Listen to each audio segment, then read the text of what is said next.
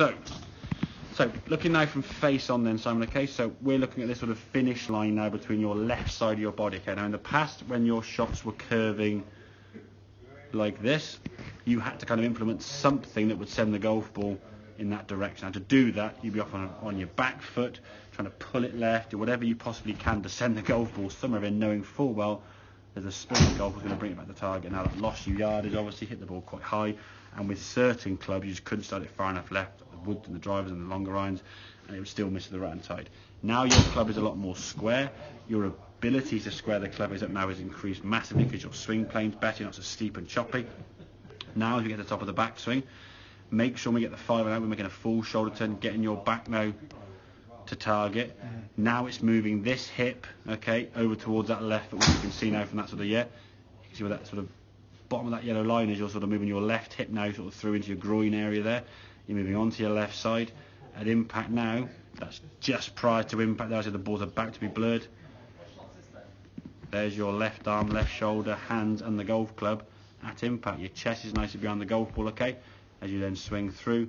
Nice release of the club off that left side, finishing with all your weight now pretty much fixated on that foot down here. Now again, you're able to do that because your club is square and you're able to square the club face out. In the past, when you had the club face open and you were chopping across it, if you came from this path here now with the face open, the ball goes over there somewhere. And what then you did to try and compensate that was go, I know, I'll just swing it as hard left as I can to hope for the best, and it would sort of meet its task and sort of get back to the golf ball somewhere, but it was a little bit not quite going to be as reliant on a normal sort of shot, okay. So, and as well, when you go to the longer club at the 5 iron, you really struggle. You hit your 5 iron today, you play about 35 irons there, maybe 25. You've had 2 or 3 that have been like, one was a bit of a carvy one, 2 or 3 misses. The rest have all been about at least 130-ish minimum, up to about 158 was the longest one, okay. So there's not a bad dispersion there between your distance, okay. So it's keeping that golf ball in play, keeping it in the way you want to go, and actually have the opportunity, I suppose, to use this club down and benefit from it, okay. There will be some time when you have to try and get a bit more distance if you can do. Again, 5 iron or 6 irons, about 8 yards, maybe 7 or 8 yards, that kind of thing. You might get the odd 10-yard gap, but more often than not it's going to be that sort of short one, just because it says 7 iron at 150 equals 10 yards.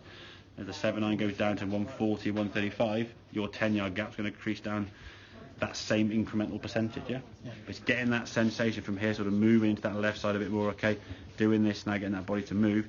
Again, use the impact bag, get that thing, get down to your hands about here somewhere, just feel that kind of snap and whip of the golf club into the golf ball, okay. Getting some more power now, some more swish, and that's where your distance is now increasing because you're actually getting more of a club head speed and the ball's showing that, Very, very good, mate, okay, well done.